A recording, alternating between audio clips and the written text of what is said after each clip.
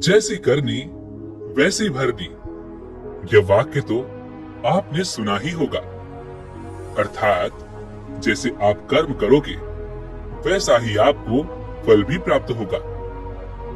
लेकिन मेरा एक प्रश्न है, क्या आप इस बात पर यकीन करते हैं कि जैसा आप कर्म करेंगे वैसा ही आपको फल भी मिलेगा? अब आप में से अधिकांश लोगों के मन में यह प्रश्न जरूर उठ रहा होगा कि आखिर इसमें पूछने वाली बात क्या है? ये तो सत्य ही है कि जैसे हम कर्म करेंगे वैसा ही हमें फल भी मिलेगा। लेकिन एक बार के लिए आंखें बंद करके अपने आप से यह प्रश्न कीजिए। देखिएगा कि आपको इस प्रश्न का उत्तर स्पष्टता से नहीं मिल पाएगा। कहीं ना कहीं आपके मन में एक संशय जरूर होगा कि क्या यह बात सच है या झूठ।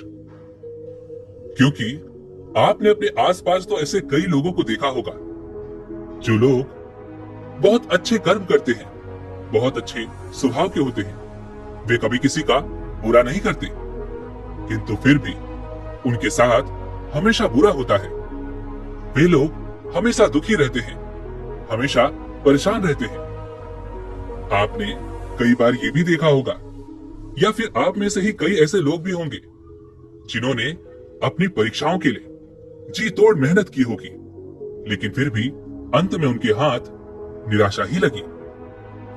तो इसका अर्थ क्या हुआ? क्या इसका अर्थ यह है कि जिन भी महापुरुषों ने इस कहावत को कहा है, क्या यह झूठ है?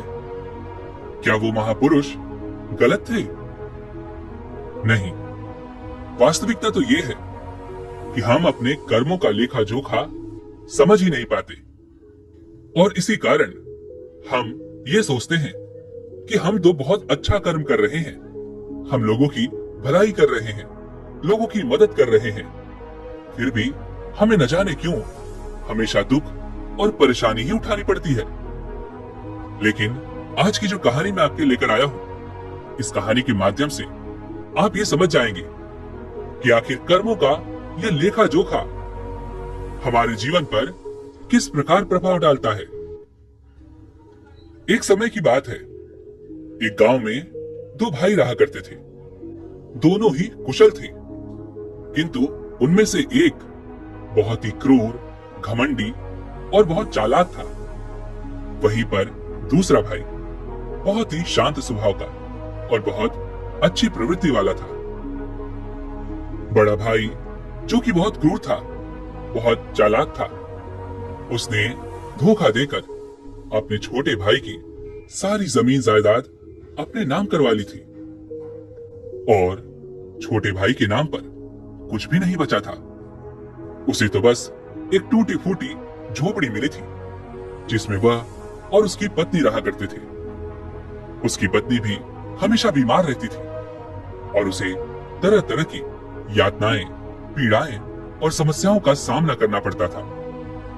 छोटा भाई बहुत गरीब था, उसके पास पैसे भी नहीं थे ताकि वह अपनी पत्नी का इलाज करवा सके। लेकिन वो बहुत शांत स्वभाव का था, अच्छी प्रवृत्ति का था। इस कारण वो कभी किसी से कलेश नहीं करता था, ना ही किसी के लिए बुरा सोचता था। वह कभी किसी का बुरा नहीं करता था। फिर भी उसके मन में हमेशा एक प्रश्न रहता था। वो हमेशा अपने आप से कहता था, हे ईश्वर, मैंने कभी किसी के साथ बुरा नहीं किया, कभी किसी का बुरा नहीं सोचा, फिर आखिर मेरे साथ इतना बुरा क्यों होता है? मेरी पत्नी हमेशा बीमार रहती है, मेरे बच्चों को 2 वक्त का खाना तक नसीब नहीं होता, और मैं चाहकर भी अपने परिवार को एक अच्छा जीवन तक नहीं दे पा रहा। आखिर ऐसा क्यों? वहीं पर दूसरी तरफ मेरा भाई है, जो बहुत धूर्त है, चालाक है, घमंडी है। उसे देखो, वह अपना जीवन कितने ऐशो आराम के साथ जी रहा है। उसके पास ढेर सारा धन है, रहने के लिए अच्छा मकान और खाने के लिए अच्छे अच्छे पकवान है। वह तो अपना जीवन मजे में जी रहा है, और मैं यहाँ पर घुट घुट कर मर रहा हूँ। उसे कोई परेशानी नहीं, और मेरी परेशानियां खत्म होने का नाम ही नहीं लेती। ये सोचता हुआ वह इस विचार पर पहुंचा कि लगता है बुरे कर्मों का फल ही अच्छा होता है और अच्छे कर्मों का फल अच्छा नहीं मिलता। और देखते ही देखते यह बात उसके मन में घर करने लगी थी।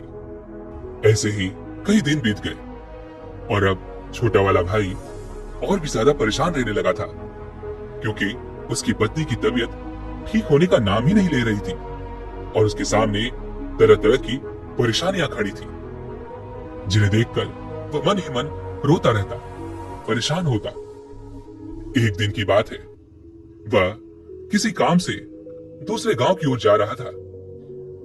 तभी उसकी नजर एक साधु पर पड़ी। वह साधु एक द्वार पर खड़े होकर भिक्षा मांग रहे थे और वह हमेशा केवल एक ही बात कह रहे थे, तेरे कर्म तेरे हिस्से और मेरे कर्म मेरे हिस्से। जब छोटे भाई के कानों में यह बात पड़ी तो उसे बहुत क्रोध आया। वह तुरंत ही उन साधु के पास जा पहुंचा और उनसे कहने लगा, हे गुरुवर, मैं आपको कब से देख रहा हूं, आप केवल एक ही बात कह रहे हैं, तेरे कर्म तेरे हिस्से और मेरे कर्म मेरे हिस्से। क्या ये सत्य है? इस बात का जवाब देते हुए वो साधु कहते हैं, हाँ, यह बिल्कुल सत्य है। क्या तुम्हें इस पर यकीन नहीं? तभी वह छोटा भाई उन गुरु से कहता है, हे गुरुवर, लगता है आपको कोई भ्रम हो गया है। मैंने अपने जीवन में कभी कोई बुरा कर्म नहीं किया, ना ही मैंने कभी किसी के बारे में बुरा सोचा, ना ही किसी का बुरा किया।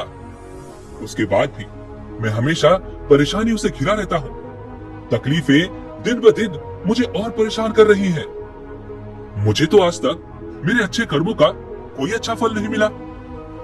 फिर आप ये कैसे कह सकते हैं कि अच्छे कर्मों का फल अच्छा मिलता है? मेरी पत्नी हमेशा बीमार रहती है और मेरे घर में खाने तक के लिए पैसे नहीं है। यहाँ तक कि मेरे बच्चे भी भूखे रह जाते हैं। और फिर भी आप कहते हैं कि अच्छे कर्मों के फल अच्छे मिलते हैं। तभी वो साधु बड़े ही शांत स्वभाव से उस व्यक्ति से कहते हैं, लगता है परिस्थितियों ने तुम पर बहुत गहरा प्रभाव डाला है। ऐसा प्रतीत हो रहा है कि तुम परिस्थितियों के आगे हार मान चुके हो और इन कठिन परिस्थितियों ने तुम्हारी सोच को भी बदल दिया है। इसी कारण तुम ऐसा कह रहे हो। इस पर वह व्यक्ति कहता है, अरे जाओ जाओ, ऐसा लगता है कि खुद परिस्थितियों से हार कर दूसरों के घर भिक्षा मांगकर भोजन ग्रहण कर रहे हो और मुझे कहते हो कि मैंने परिस्थितियों के सामने हार मान ली है। मुझे आपका यह भाषण नहीं सुनना, मैं जा रहा हूं। तभी उसे रोकते हुए वह साधु उस व्यक्ति से कहते हैं, ठीक है, तुम चले जाओ, लेकिन उससे पहले मेरा एक काम कर दो। वह व्यक्ति कहता है, अरे मैं कोई काम नहीं करने वाला, मैं तो जा रहा हूं। तभी वो साधु कहते हैं, बेटा, मैं जानता हूं तुम्हारे मन में क्या प्रश्न है। तुम इस बात से परेशान हो कि तुमने अच्छे कर्म किए और उसके बाद भी तुम्हें अच्छे फल नहीं प्राप्त हो रहे।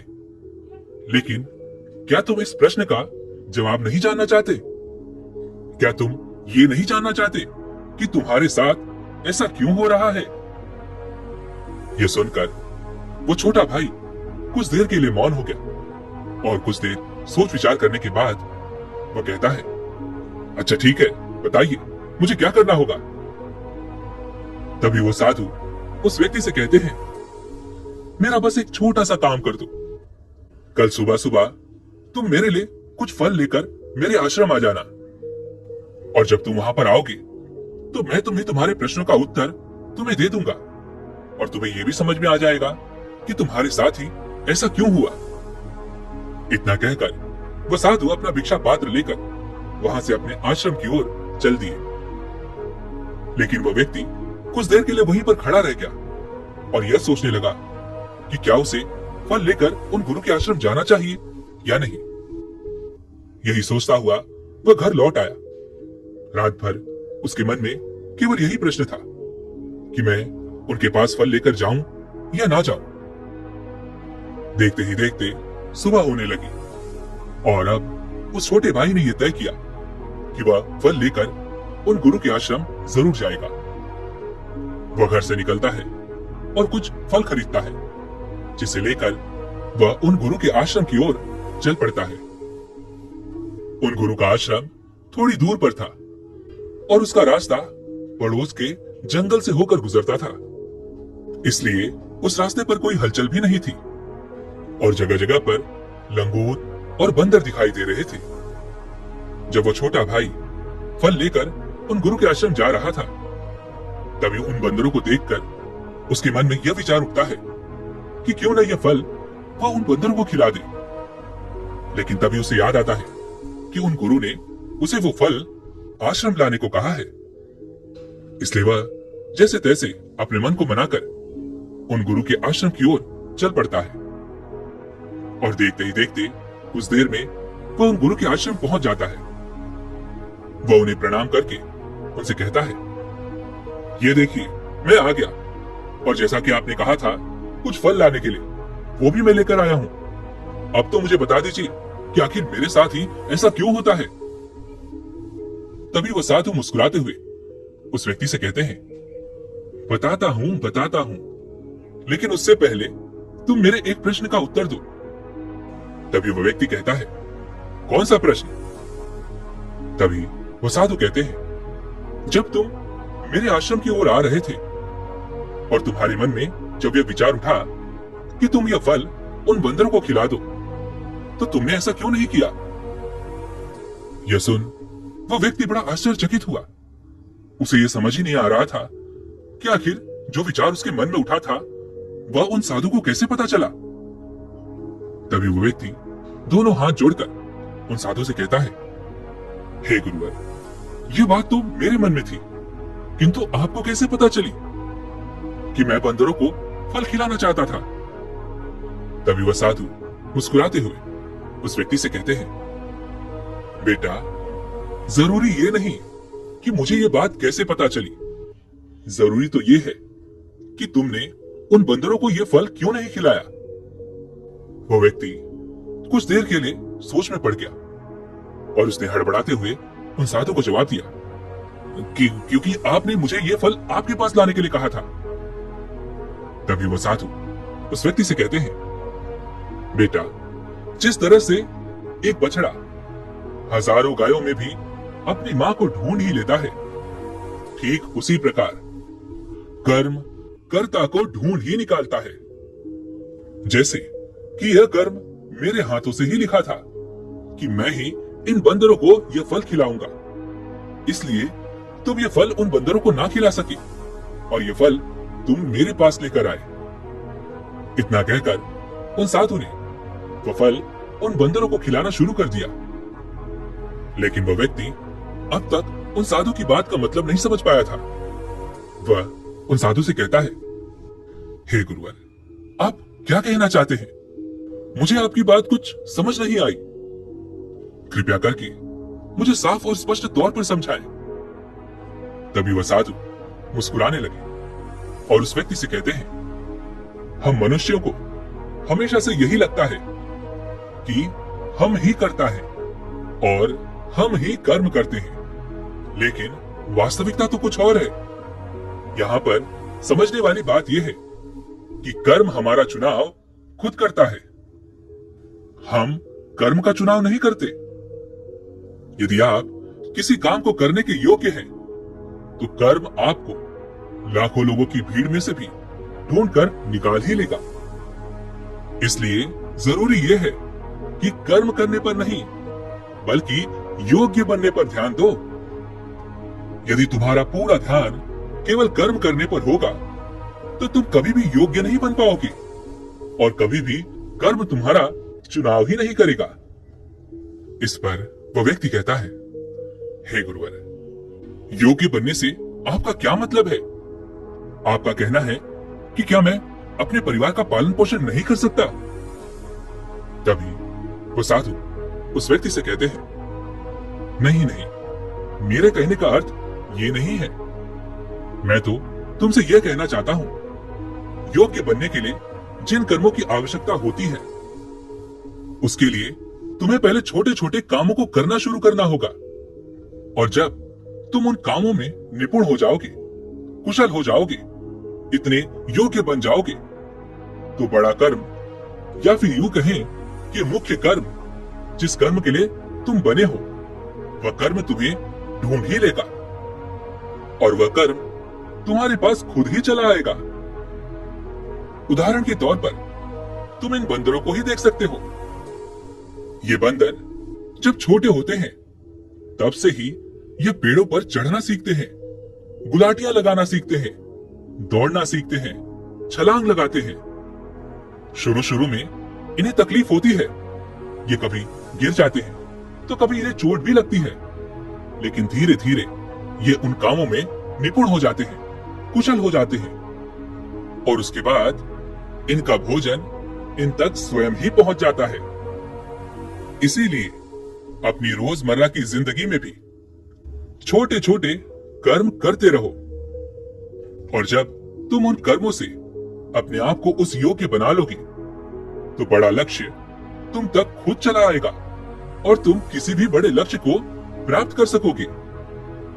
आगे वो साधु उस व्यक्ति से कहते हैं, और यदि तुम योग्य बनने के लिए कर्म करोगे ही नहीं तो दूसरे लोगों के कर्म भी तुम पर हावी होने लगेंगे, तुम्हारे जीवन को प्रभावित करने लगेंगे।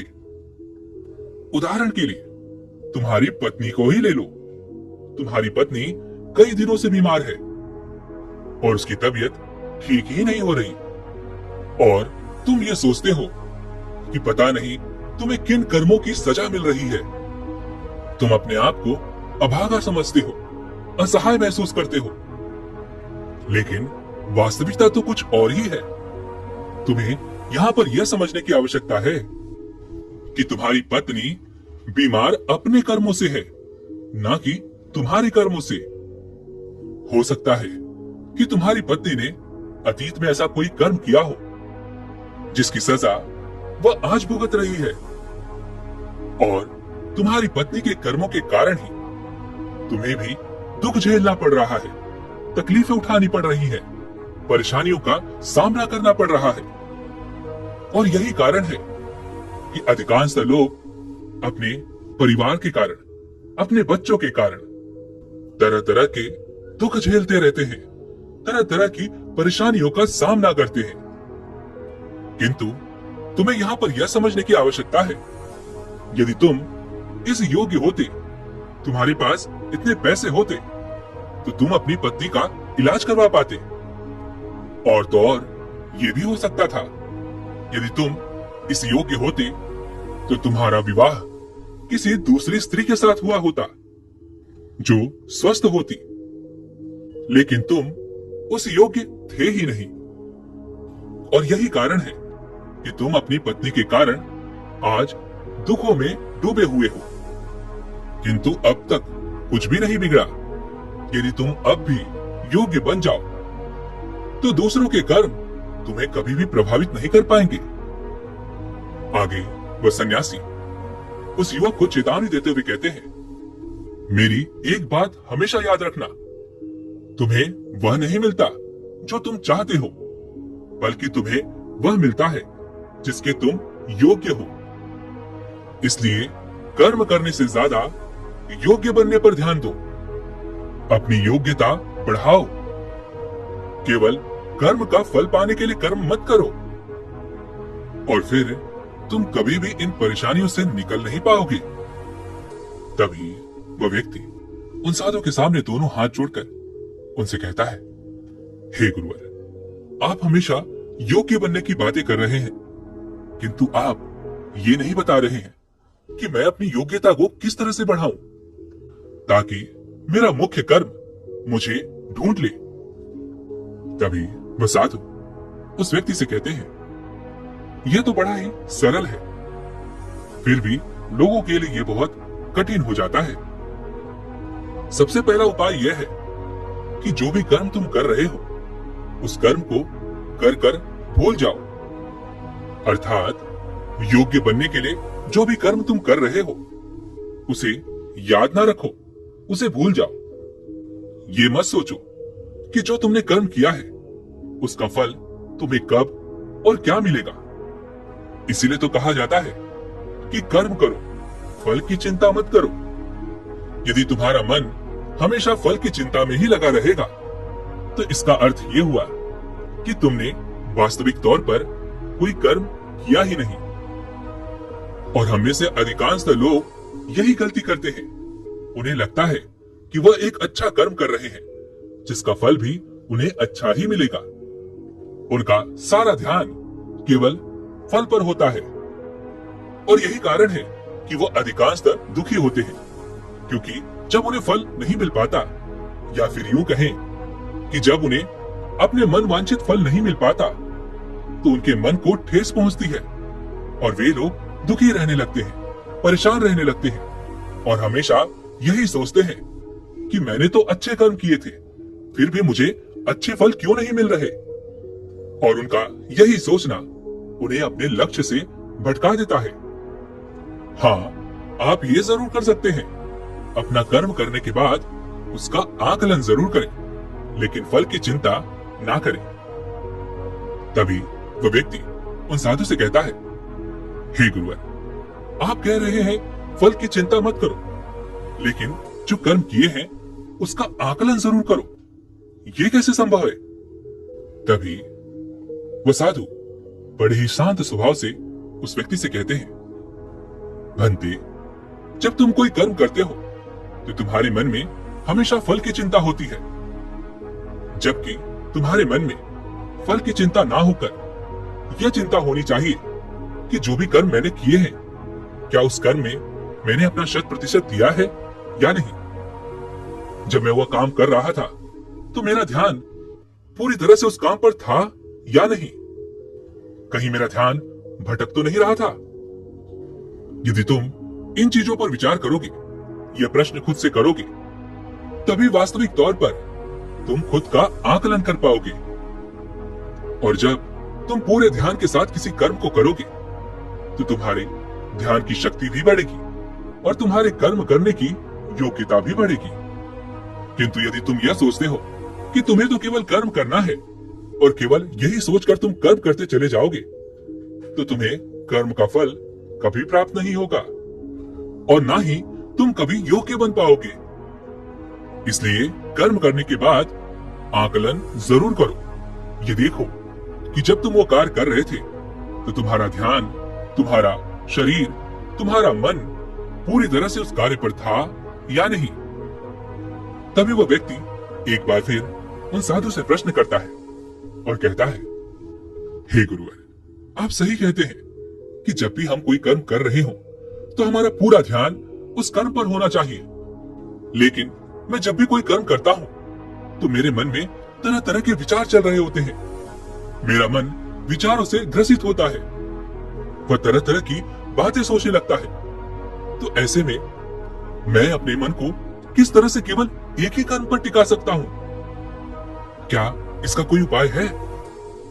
तभी वह साधु मुस्कुराते हुए उस व्यक्ति से कहते हैं, भंते, जब तुम कोई कर्म कर रहे हो और उसमें जब तुम अपना पूरा भाव लगा देते हो, अर्थात कर्म करते समय अपना पूरा भाव डाल देते हो, तो तुम्हारा मन, शरीर और तुम्हारे भाव उसी कर्म पर केंद्रित हो जाते हैं और तुम पूरी निष्ठा, प्रेम और सद्भाव के साथ उस कर्म को कर पाते हो, अर्थात अपना 100% दे पाते हो। और वहीं पर जब तुम केवल कर्म करने की सोच से ही कर्म करते हो तो तुम उसमें अपना भाव नहीं लगा पाते और ना ही तुम उसमें अपनी पूरी निष्ठा लगा पाते हो। इसी कारण वह कर्म कर्म नहीं रह जाता और ना ही उसका कोई फल तुम्हें प्राप्त होता है। आगे वह साधु उस व्यक्ति से कहते हैं, यदि कोई भी मनुष्य इन बातों को सही तरीके से अपने जीवन में उतारे, इन बातों को ध्यान रख के कर्म करे, तो वह अपने आप को योग्य बना सकता है। और एक बार जब वो योग्य बन जाता है तो कर्म उसे कहीं से भी खोज कर निकाल लेगा और वह जीवन में किसी भी सफलता को प्राप्त कर पाएगा। इतना कहकर वह साधु शांत हो गए और वह छोटा भाई भी अब ये समझ चुका था कि उसके अच्छे कर्मों का फल उसे अच्छा क्यों नहीं मिल रहा था। उसने उन गुरु को प्रणाम किया और वह वापस घर की ओर लौट गया। दोस्तों, उम्मीद है कि आपको आज की ये वीडियो जरूर पसंद आई होगी, तो लाइक और शेयर जरूर कीजिएगा और हमें ऐसे ही सपोर्ट करने के लिए चैनल को सब्सक्राइब और घंटी बटन को भी जरूर दबा दीजिएगा। तो चलिए फिर मिलते हैं ऐसे एक और वीडियो में, तब तक के लिए अपना ख्याल रखें। धन्यवाद।